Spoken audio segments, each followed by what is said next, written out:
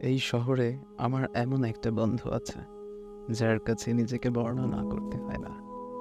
সে জানে আমার সকল ভালো মন্দ চাওয়া পাওয়া শব্দ।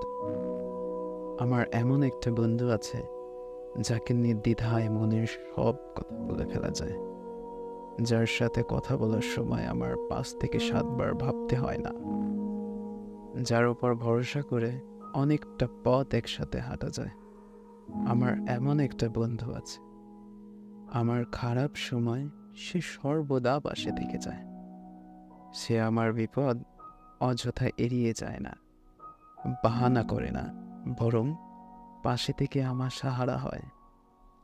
এমন একটা বন্ধু আমার আছে যে সময় নিয়ে আমার সকল প্রয়োজনীয় অপ্রয়োজনীয় সব কথা শোনে, যাকে যে কোনো সময় ফোন দিয়ে বলা যায়, জলদি আয় তো, এখানে যেতে হবে।